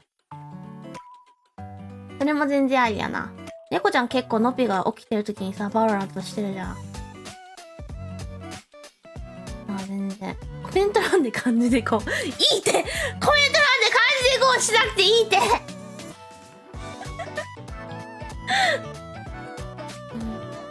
窓になんか誰かまだ未だにその窓になんかいるの話してる。めっちゃのぴ先生怒られそう。怒るかな、どうだろう。でも猫ちゃんま、怒られてもしょうがないからのぴゲーム下手だけどさ。そうだけど、どうなんだろうね。それもそれで見たいけど。貴族のそばにいて守る人たちを侍と言ったんですよ。え？侍？なんで侍の話？あ、漢字がってこと？やっちゃう？今やっちゃう？やらなくてやらなくてよろしいあ、はべらせる。あ、そういうことね。お互いに初めてのゲームならいいのでは？いや、いいと思う。ちょっと教えるって感じでね。教えるっていう感じでいいと思う。前にだって猫ちゃんに教えてって言ったらいいですよって言ってくれたし。まあ、本当にね、バラントとか、そういう FPS？ 本当にわけわかんないからな。エーペックスはなんか、友達とちょっとだけやったことあるんだけど、まあ、のぴは何もしてませんよね。なんかついてって、なんか物拾って、そんぐらい。もう物拾いながらついてくのに精一杯。で、なんか物拾ってんじゃん。で、そしたらさ、自分のその友達たちがさ、どっか行っちゃうんだよ。で、めっちゃ離れちゃって、置いて帰れどこみたいな。で、そしたらさ、追いついてる間に殺されるっての。追いかけてる間に殺されるみたいな。オーバークックも練習したりする？してない。してないなぁ。してません。のぴ先生だけ特訓してめっちゃうまいドッキリ。やってみたいけどね。でものぴがさ、めっちゃ上手くなるにはさ、普通に1年とかじゃ足りないと思うよ。それも1年間毎日やってたらありかもしんないけど。Kinda wanna hear you swear in that type of games. I definitely probably will. Well, actually, maybe I won't. Like, I might die too quickly to even, like, not know what happened. いやー、だって FPS とかってあれってさ、うまい、なんか普通に上手な人でも、うまいっていうかすごいいい成績出すのも大変なんでしょあれ。いやー、普通のゲームすらできないのぴが、普通の人のレベルに行くのにどれぐらい時間かかるんだろう。マイクラ配信してほしいの。マイクラはすると思うよ。だって、テラメタラ学園サーバーできたじゃん。あれできたって言ってたよね。誰か。だって、猫じゃない。もちちゃんか。もちちゃんマイクラ配信してたでしょ？だから、やると思う。やるよ？ただなんかちょっと、やる前に、いろいろテストしてくださいって言われたから、そのテストをやってからやると思う。そう。だから、やると思う。あれ？知らなかった？あれあれもしかして、フライングで言っちゃったあれ言っちゃった。あれフライングで言っちゃったまあ、テラメタラサーバーって言ってもね、先生4人しか入れないサーバーですね。一応。先生4人しか入れないサーバーです。それ以外の人が入れるっていう話は一切聞いておりません。別にじゃあ、マイクラのサーバーぐらい。おはようございます。おはようございます。いや、でも言うなとは言われてないから大丈夫なんじゃないかな。多分大丈夫だよ。いや、なんかね、もっと大事なね、発表とかはさすがにしないけど。前々から言ってたからね。そう、前々から作るって言ってたから、それができたって話だけだから別に大丈夫だよ。大したことない。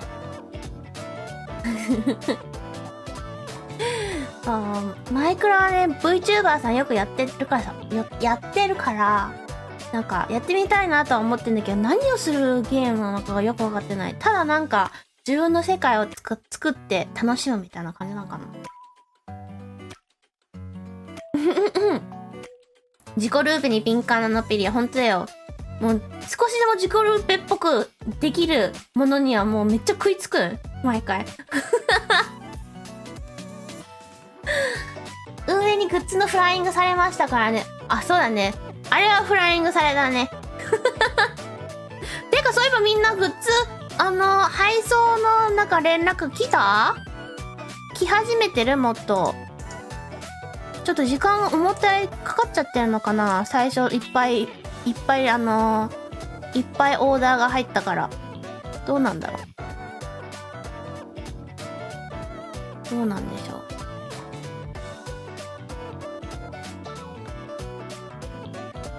う。マグマダイブを忘れずに。絶対それ死ぬでしょ。もうすぐ届きそう。あ、本当によかった。今日届く？配送中になってます。おー、いいね。楽しみだね、みんな。ジコルーペのピリアの餌。餌確かに。みんなもうピラニアのようにジコルーペっぽいものが来ると、ジコルーペ。ね、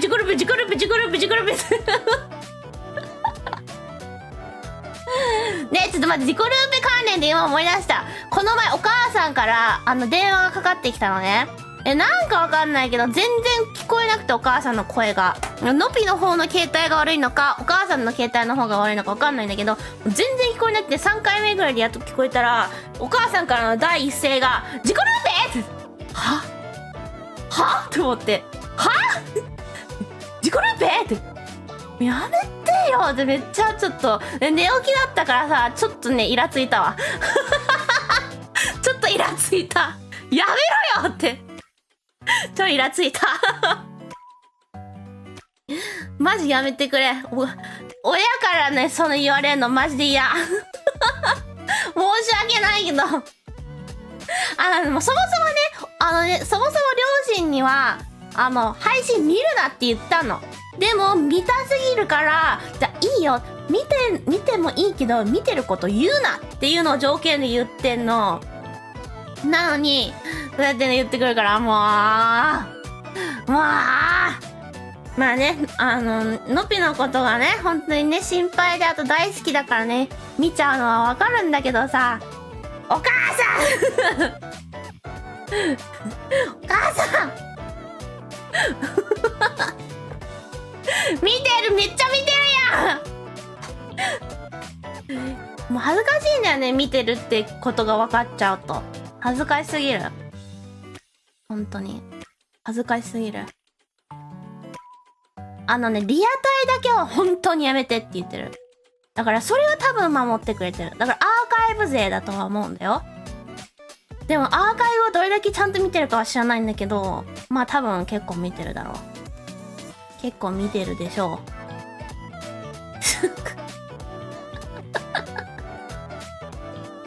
分かってますね、お母さん。まあね。いや、めちゃくちゃ楽しんでるらしい。こんなにね、楽しまれるとは思わなかった。最初、こういう活動するんですって話するとき、どういう反応されるかね、わかんなかったんだけど、そう、でも、全然ね、すごくサポートはしてくれるから、それはすごくありがたいんだけど、とりあえず恥ずかしいです。漢字で5には家族から反応ありましたか？いや、だから、もうわかった。配信見ていいけど、条件がリアタイしない。配信を見てるっていうことを、のぴに言わない。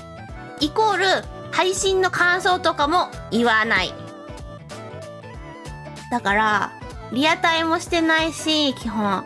アーカイブで見てるし、何を見た、これ良かったみたいな感想も言わないっていうのを条件で見てもいいよって言ってるから、多分、なんか本当にね、配信でね、なんか、これ良くないよみたいなことがあったら、まあね、なんか、ね、改善した方がいいからもちろん。そういうのはいいけど、なんか、何々良かったよとか、何々面白かったよとか、そういうのはやめてって言ってる。うん。完全シャットアウト、そう。だってもう恥ずかしいもん。でも、やっぱりなんか分かってるよ。やっぱ親が見てるって分かってるけど、できるだけ考えたくないから、もうそれがずっと頭にちらついてたら、もう、本領発揮というか、こういう自然に配信できなくなっちゃう。自然に配信できなくなっちゃうからさ。それはね、どうしてもなんか全然ね別に家族とこう友達の前でなんかこうなんかキャラが変わるってわけじゃないんだけど、やっぱりちょっと対応は変わるじゃん。それを見られるのって恥ずかしいじゃんみんな。そういう感覚なんだよやっぱり。でもとりあえず見てはいるらしいです。のぴちゃんの自由さが半減しちゃう。確かにそう半減しちゃう絶対。いやてかもうちょっとねちょっとだけもうすでに半減まではいかないけど何割かちょっとしてる。だからお願いだからメンバーシップ始めたらメンバーシップには入ってほしくない。マジで申し訳ないけど、もちろんね入ってもらった方がいいんだよ。数字的に考えると。でもほんとメンバーシップだけは親に入ってほしくない。メンバーシップだけ入ってほしくない。ア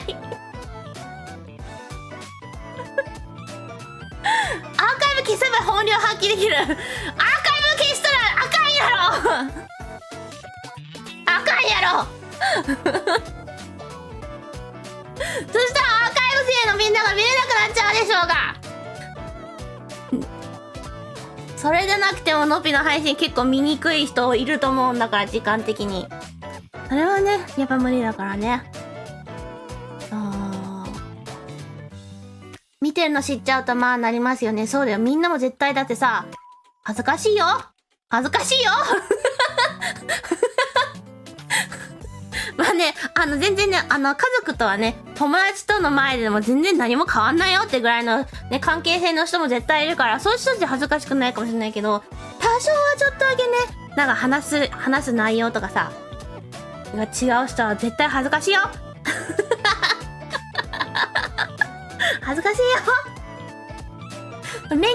じゃあまあ面言入っていいけど一生言ってほしくない。面言入ったことは一生言ってほしくない。入ってもいいけど絶対言わないでほしい。面白い葛藤。いやね、まあでのぴは全然ね家族と仲いいからさ、まあ仲いいからこそ言ったんだけど、全然言えるんだけど、その活動してることは。でもねやっぱりねちょっとだけやっぱり譲れないその恥ずかしさがあるんですよ。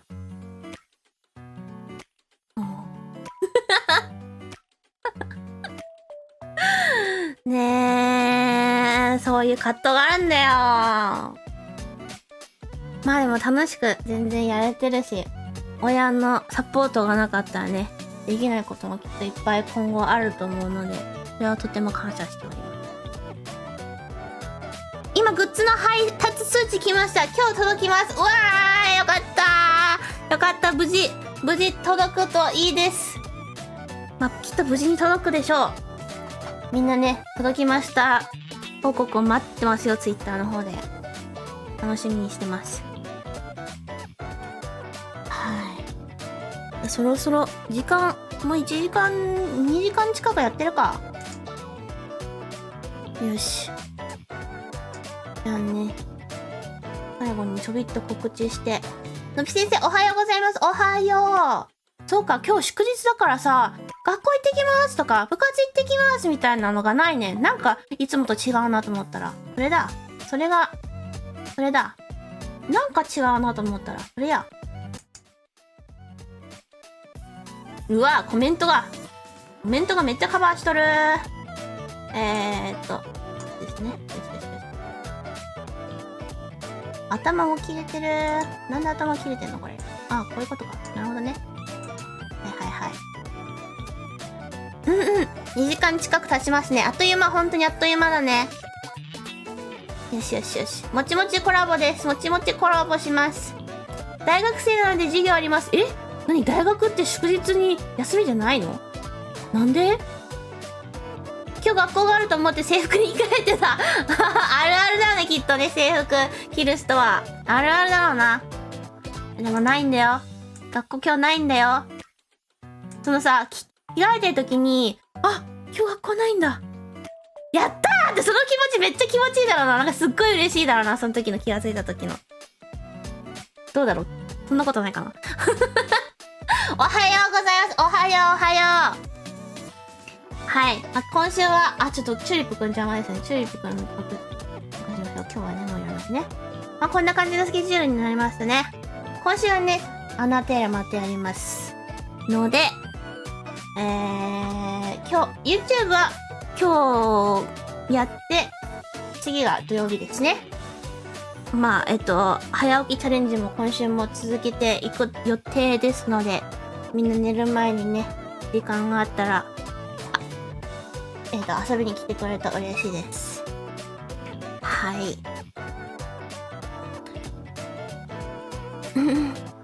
寝坊した後休日と知った時の安心感。ね、そうだよね。その時の安心感すごいだろうね。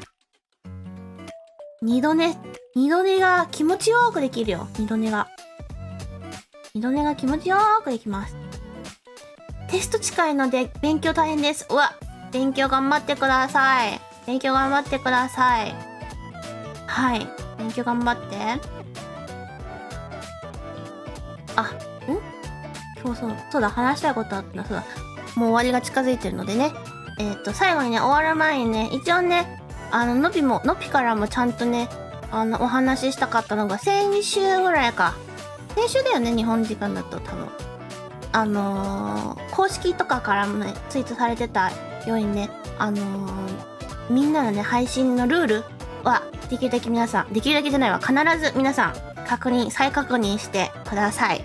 基本ね、みんな先生同じようなルールですので、のびもね、簡単に読むと、なんだっけ。簡単に言うと、鳩行為は禁止。まあ、鳩行為っていうのは、のぴの名前を他の配信者さんとかのところで名前を出さない。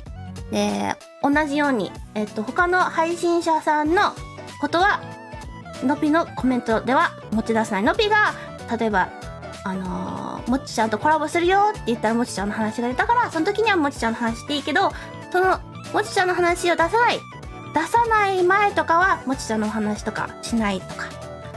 で、それももちろんのっぴの話もね、あと、身内ネタ的なものになるものなんか、例えばのっぴの場合だったら自己ルーペとかは他の先生とか、他の配信者のとこでは出さないとか。そういうのは、皆さん守ってください。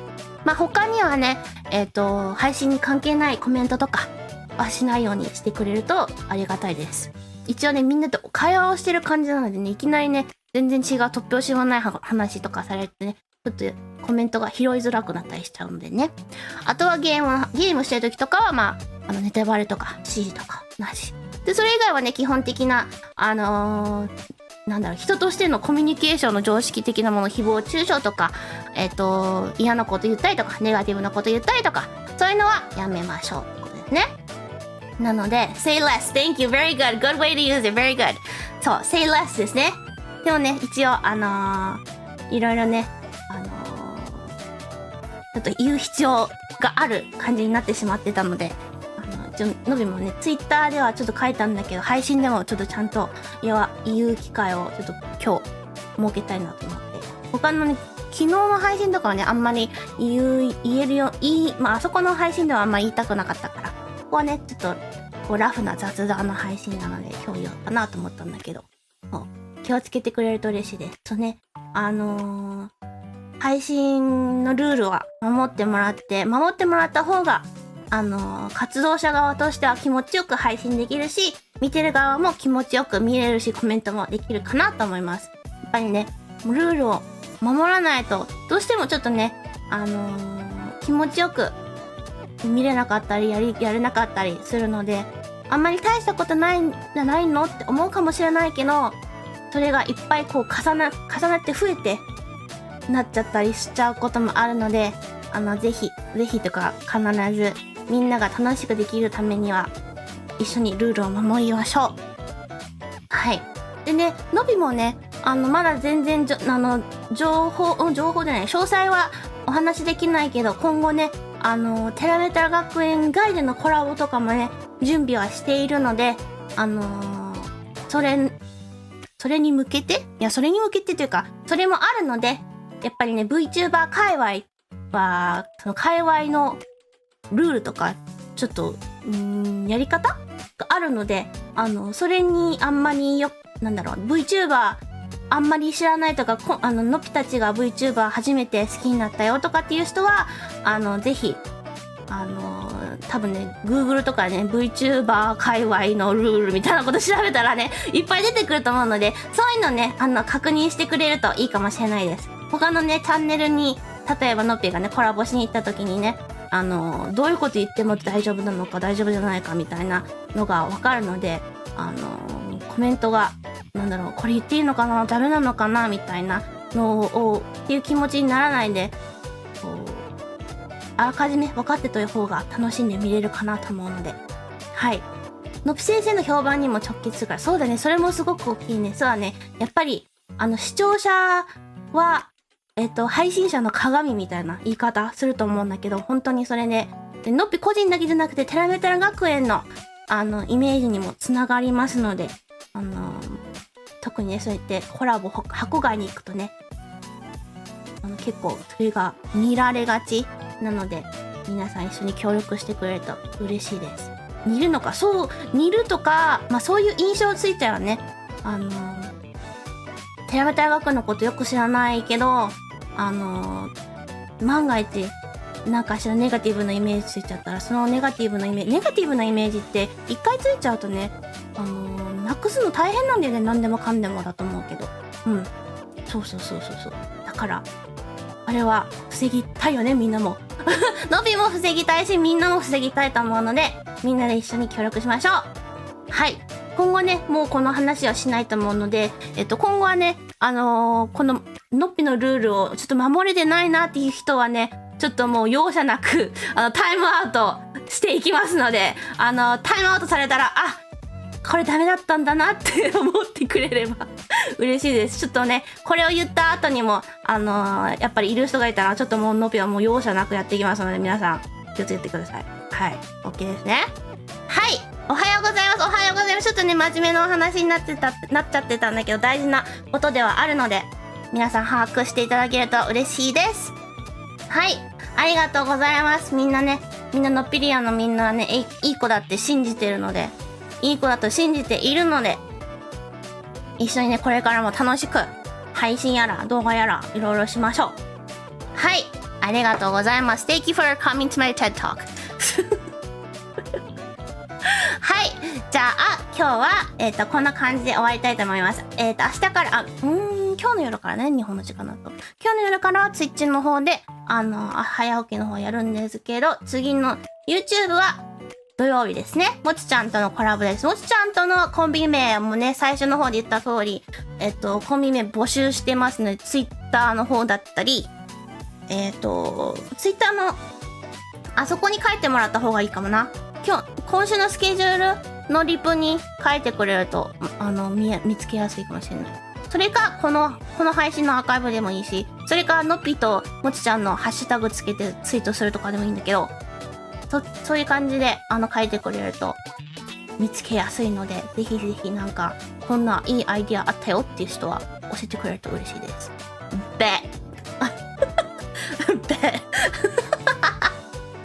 I love it when I see everyone starting to use stuff that I taught you guys. I love it. Okay. はい。そうしてくれると嬉しいです。はい。で、アンダーテールもね、やっていくので、アンダーテール。はい、頑張りましょう。はい。じゃあ皆さん、今日も朝活来てくれてありがとうございました。I will see you tonight at Twitch. Have a magical rest of your... 待って、レイドできるか見よう。レイドできるか見ましょう。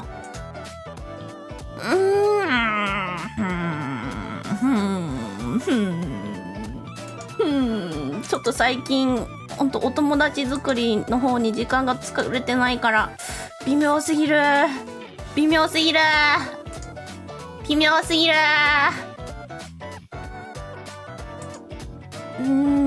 どうしよう。誰にしよう。むずいな。でも朝活してる方いますね。前にレイドしたことある方の朝活してますね。それか、この人したいな。でもこの人本当に接点なさすぎるな。あれ配信終わって、いやー、ちょっと接点なさすぎるな。